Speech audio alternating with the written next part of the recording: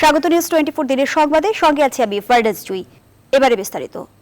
ঢাকা দক্ষিণ সিটি কর্পোরেশনের mayor barrister Sheikh Fazle Noor Tapas তার পদে থাকার যোগ্যতা হারিয়েছেন বলে মন্তব্য করেছেন দক্ষিণের সাবেক মেয়র সাইদ খোকন। তিনি প্রশ্ন তোলেন দক্ষিণ সিটির শত কোটি টাকা মেয়র তাপসের মালিকানাধীন মধুমতি ব্যাংকে হস্তান্তরের ব্যাপারেও। শনিবার দুপুরে ফুলবাড়িয়ায় দোকান উচ্ছেদের প্রতিবাদে কদম ফোয়ারার সামনে মানববন্ধনে এসব কথা বলেন সাইদ খোকন।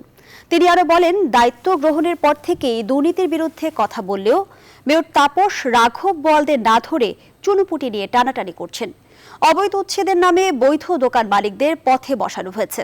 কোনো নোটিশ বা না দিয়ে বৈধ দোকানগুলোর উপর বোলডোজার চালিয়েছে সিটি কর্পোরেশন, এমন অভিযোগও করেন সাইদ খোকন। আমি তাকে বলবো, রাঘব বোয়ালের মুখে চুনোপটির গল্প মানায় না। সিটি কর্পোরেশন আইন 2009-এর দ্বিতীয় ভাগের দ্বিতীয় অধ্যায়ের অনুচ্ছেদের 2-এর জ অনুযায়ী মেয়র পদে থাকার যোগ্যতা হারিয়েছে। এবার যুক্তরাষ্ট্রের খবর। ওয়াশিংটনের ক্যাপিটল হিলে সহিংসতার জেরে এবার প্রেসিডেন্ট ট্রাম্পের টুইটার অ্যাকাউন্ট স্থায়ীভাবে বন্ধ করে দিল কর্তৃপক্ষ।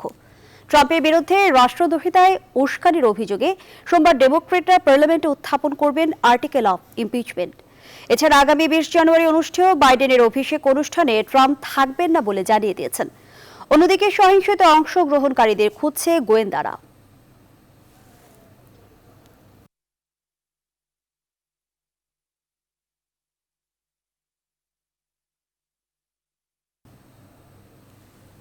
সংবিধানের 25তম সংশোধনীর আওতায় প্রেসিডেন্ট ট্রাম্পকে অপসারণের আহ্বানে সাড়া না পেয়ে সোমবার ইমপিচমেন্ট প্রক্রিয়া শুরু করেছে ডেমোক্রেটিক পার্টি। এর মধ্যে লেখা হয়ে গেছে আর্টিকেল অফ ইমপিচমেন্ট। ডোনাল্ড ট্রাম্পের বিরুদ্ধে রাষ্ট্রদ্রোহিতায় উস্কানি দেওয়ার অভিযোগে ডেমোক্রেটদের এই উদ্যোগে বেশ কয়েকজন রিপাবলিকান নেতা সম্মতি জানালেও house of minority leader Kevin McCarthy রয়েছেন নারাজ। প্রেসিডেন্ট ইলেক্ট জো বাইডেন বিষয়টি ছেড়ে দিয়েছেন কংগ্রেসের হাতে। যুক্তরাষ্ট্র থেকে বিস্তারিত জানাচ্ছেন সুলতানা রহমান। ক্যাপিটলের দিকে যাত্রা করতে এবং শক্তি ও সাহস দেখাতে ডোনাল্ড ট্রাম্প তার সমর্থকদের এই নির্দেশ দেওয়ার পরপরই তারা হামলা চালায় বেলা 1টায়। লণ্ডভণ্ড করে দেশের গণতন্ত্র আর জনগণের পবিত্র ভবন ক্যাপিটল, চালায় লুটতরাজ, উলণ্ঠিত করে স্পিকারের আসনের মর্যাদা, এমনকি পদদলিত করে দেশের পতাকা। ক্যাপিটলে সন্ত্রাসীরা বুধবার যে তাণ্ডব চালিয়েছে তার ফিরিস্তি আরও অনেক দীর্ঘ। প্রতিটি কর্মকাণ্ড রাষ্ট্রদ্রোহিতামূলক, আর এর পেছনে রয়েছে ডোনাল্ড ট্রাম্পের ওই নির্দেশ। তিনি এর উস্কানিদাতা, হুকুমদাতা। এ কারণে স্পিকার ন্যান্সি পেলোসি সংবিধানের 25তম সংশোধনীর আওতায় ডোনাল্ড ট্রাম্পকে অপসারণ করতে ভাইস প্রেসিডেন্টের প্রতি আহ্বান জানিয়েছিলেন। He must be removed from office. এই আহ্বানের পর ভাইস প্রেসিডেন্ট মাইক পেন্সের সঙ্গে সরাসরি কথা বলতে স্পিকারের অফিস থেকে বেশ কয়েকবার ফোন করা হলেও কোনো সাড়া পাওয়া যায়নি। মাইক পেন্স একেবারেই নীরব রয়েছেন। As long as Donald Trump still sits in the White House. এদিকে 25তম সংশোধনী প্রয়োগ করতে দরকার ক্যাবিনেটের অধিকাংশ সদস্যের সম্মতি। যদিও এরই মধ্যে 4 জন ক্যাবিনেট সেক্রেটারি পদত্যাগ করেছেন, কিন্তু তাতে সংখ্যাগরিষ্ঠতা হয় না। এমন অবস্থায় ডেমোক্র্যাটরা মনে করছেন ভাইস প্রেসিডেন্ট উদ্যোগটি নেবেন না। The 25th Amendment isn't invoked. The next best thing is impeachment ASAP. অথচ ডোনাল্ড ট্রাম্পকে যত দ্রুত সম্ভব অপসারিত করতে স্পিকারের উপর বাড়ছে দলের চাপ।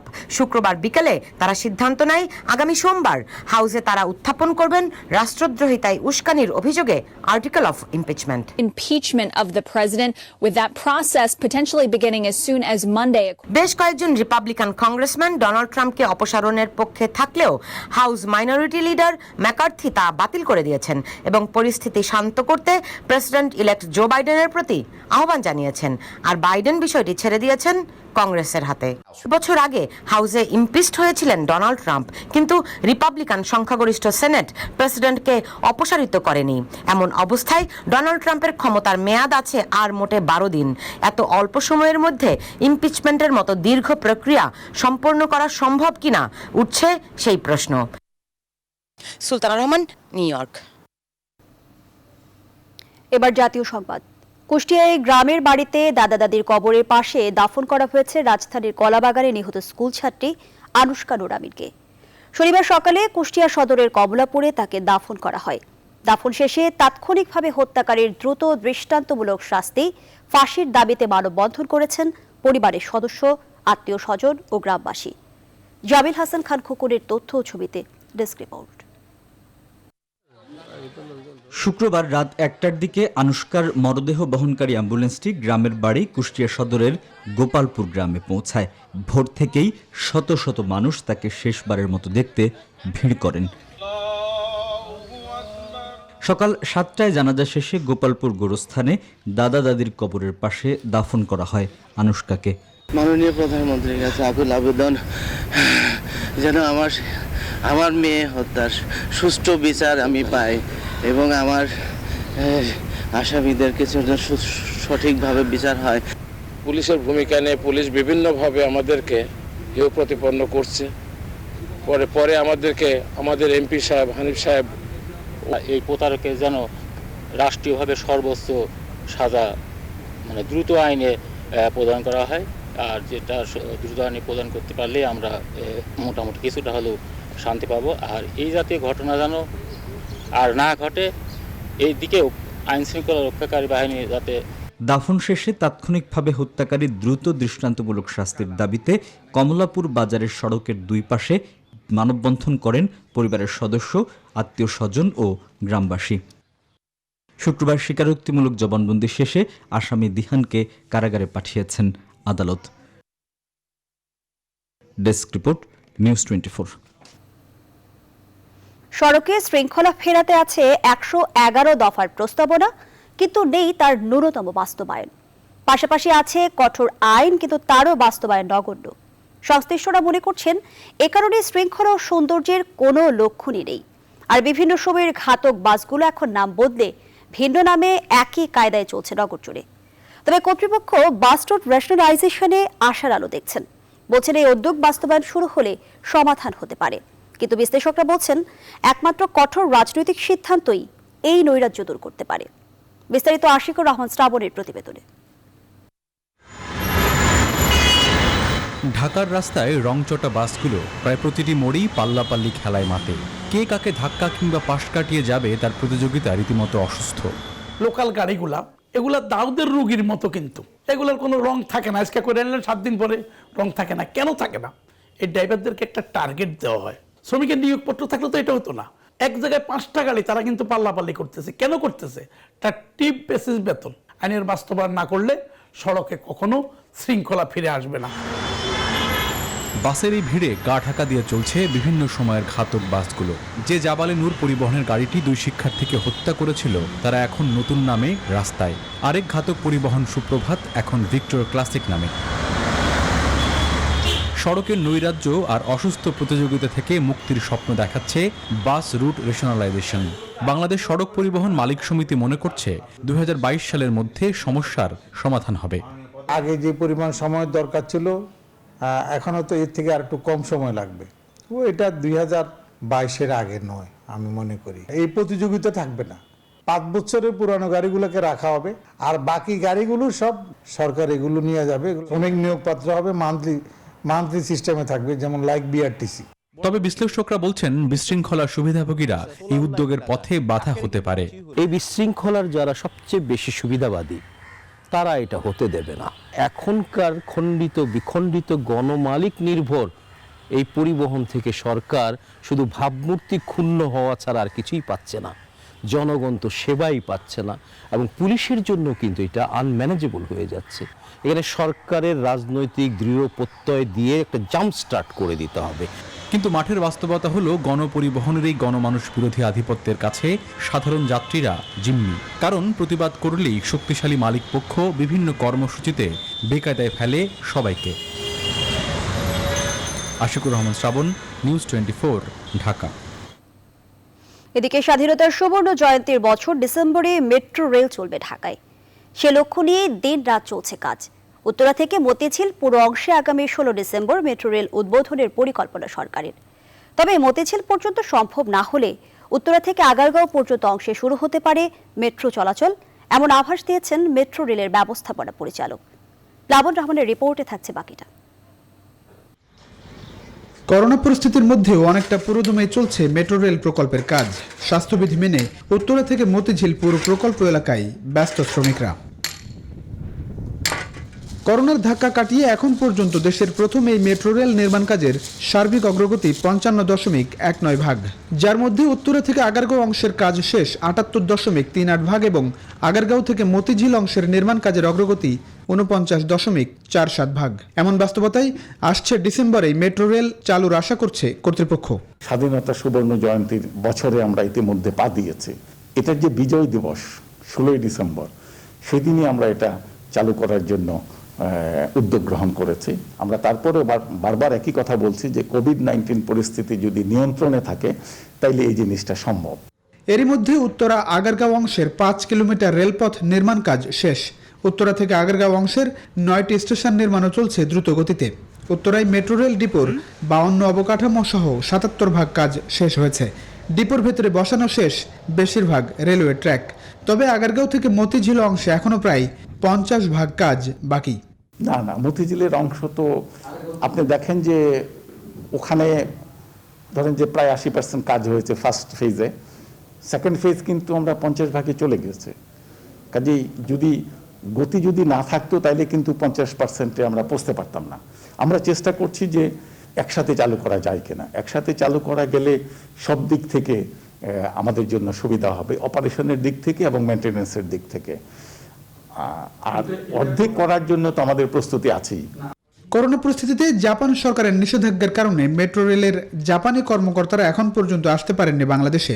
একই কারণে জাপানে প্রস্তুত হয়ে থাকা মেট্রো রেল বাংলাদেশে নিয়ে আসাও অনিশ্চিত চলতি মাসে। এই মেট্রো রেল প্রকল্পে উত্তরা থেকে আগারগাঁও অংশের নিচের বেশিরভাগ কাজে শেষ। যত কর্মযোগ্য এখন এই ভায়াডাক্টের ওপর চলছে রেলওয়ে ট্র্যাক বসানোর কাজ। এখন যতটা গতি পেয়েছে মেট্রো রেল প্রকল্পে, কর্তৃপক্ষের আশা ২০২১ সালের ডিসেম্বরে চলবে স্বপ্নের মেট্রো রেল। প্লাবন রহমান, নিউজ 24, উত্তরা, ঢাকা। দর্শক, চট্টগ্রাম সিটি নির্বাচনে চলছে প্রচারণা। আজকের খবর জানতে যুক্ত হচ্ছে সহকর্মী ফাতেমা জান্নাত মুমুর সঙ্গে। মুমু, দ্বিতীয় দিনে কাউন্সিলর প্রার্থীরা কেমন প্রচারণা চালাচ্ছেন?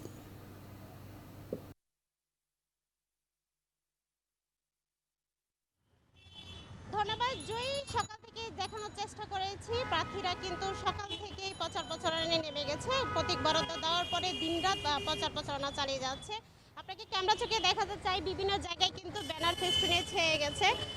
প্রার্থীরা ভোটারদের দাঁড়ে দাঁড়ে যাচ্ছেন এবং তাদের ভোট প্রত্যাশা করছেন। নাগরিকরাও তাদেরও চাহিদা এবং প্রত্যাশার কথা আমাদেরকে জানিয়েছেন। তারা বলছেন যে উন্নয়ন যে করবে, নগরীর যে সমস্যা সমাধান করবে, বিগত বছরে যে অসমাপ্ত কাজগুলো রয়ে গেছে সেই কাজগুলো সঠিকভাবে যে পূরণ করবে এমন প্রার্থীকে তারা বেছে নেবে। যেহেতু সামনে ভোটের দিন আরও কিছুদিন রয়েছে, এখনো পর্যন্ত প্রার্থীরা ভোটারদের মন জয় করার চেষ্টা করছে। বিভিন্ন জায়গায় তারা প্রচারণা চালাচ্ছে। পুরো নগরী এখন ভোটের উৎসব মুখর। সবাই ভোট নিয়ে এখন চলছে আলোচনা, পর্যালোচনা। নগরীতে এখন ভোটের একটি সরব আমেজ তৈরি হয়েছে এবং স্থানীয়রা বলছেন যে যারা প্রার্থী রয়েছে সেসব প্রার্থীদেরকে তারা তাদের প্রত্যাশার কথাও জানিয়েছেন এবং বলছেন যারা এই প্রত্যাশা পূরণ করতে পারবে এমন মানুষকে তারা ভোট দিবেন বলছেন। চট্টগ্রামে বিভিন্ন জায়গায় আমরা দেখেছি আওয়ামী লীগ, বিএনপি এবং স্বতন্ত্র প্রার্থীসহ ২৮৭ জন এই নির্বাচনে অংশ নিয়েছে এবং তারা বিভিন্ন জায়গায় প্রচারণা চালিয়ে যাচ্ছে। রাত দিন চলছে প্রচারণা। সকাল থেকে দুপুর থেকেই মূলত গণসংযোগগুলো শুরু হয়। দুপুর ২টো থেকে রাত ৮টা পর্যন্ত এই গণসংযোগ চলবে। তো চট্টগ্রাম থেকেই ছিল আমার কাছে সর্বশেষ তথ্য। ফিরে যাচ্ছি স্টুডিওতে। জুই। মোমো, আপনাকে ধন্যবাদ। দর্শক, চট্টগ্রাম সিটি নির্বাচনের প্রচারণার খবরাখবর জানাচ্ছিলেন সহকর্মী ফাতেমা জান্নাত মোমো। সংবাদের এই পর্যায়ে একটা বিরতি নিচ্ছি, সাথেই থাকুন। বিরতির পর আবারও স্বাগত। আপনারা দেখছেন নিউজ 24 দিনের সংবাদ। দর্শক, মিরপুর শেওড়াপাড়ায় সড়কের বেহাল দশা। সারা বছরই চলে সংস্কার কাজ, সড়ক জুড়ে খানাখন্দ। সেই সাথে যানজটের দুর্ভোগ স্থানীয়দের নিত্যসঙ্গী। মানুষের ভোগান্তির তথ্য জানাতে সেখান থেকে সরাসরি যোগ দিচ্ছেন সহকর্মী তালুকদার বিপ্লব। বিপ্লব, সরেজমিনে স্থানীয়দের দুর্ভোগের চিত্র কেমন দেখছেন?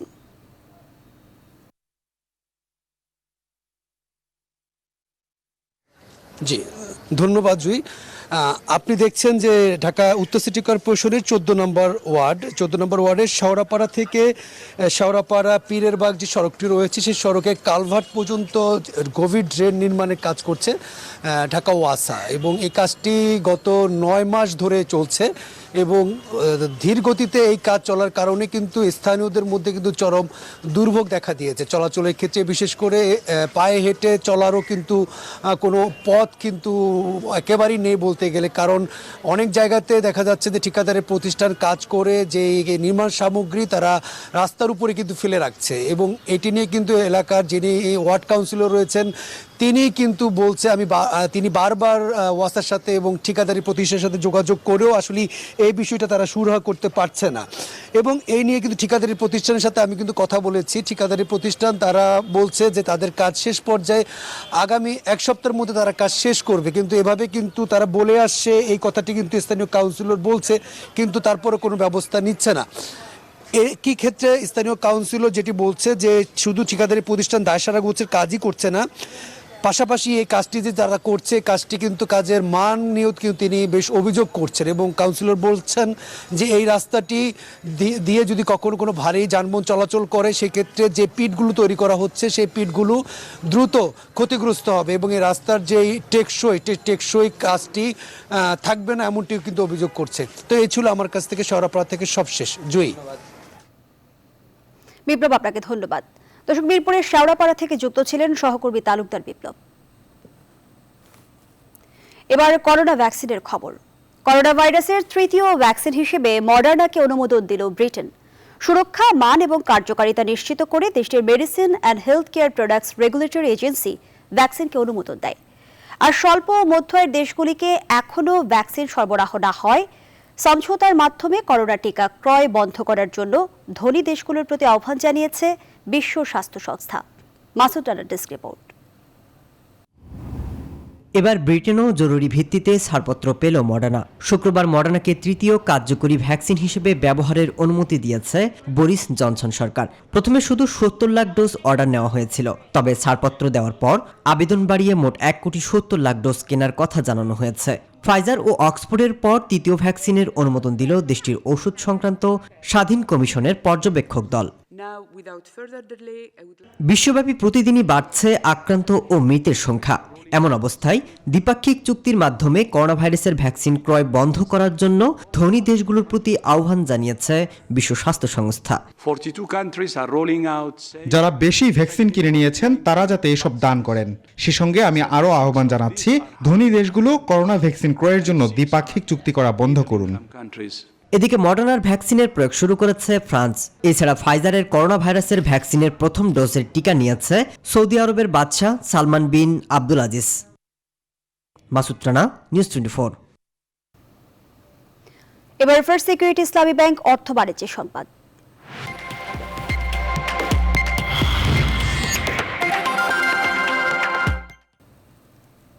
বড় অঙ্কের কালো টাকা সাদা হয়ে যোগ হচ্ছে অর্থনীতিতে। জাতীয় রাজস্ব বোর্ডের হিসেবে জুলাই থেকে ডিসেম্বর মেয়াদে 10,220 কোটি টাকা সাদা হয়েছে। 6 মাসের হিসেবে কালো টাকা সাদা করার নতুন রেকর্ড এটি। ব্যবসায়ীরা বলছেন, অপ্রদর্শিত আয় বিনিয়োগে আসায় গতি পেয়েছে পুরো অর্থনীতি। আর এদিকে বিশেষজ্ঞরা বলছেন, দেশ ও দেশের বাইরে যেসব টাকা রয়েছে তা বিনিয়োগে আনতে হবে। সুলতান রহমানের রিপোর্ট।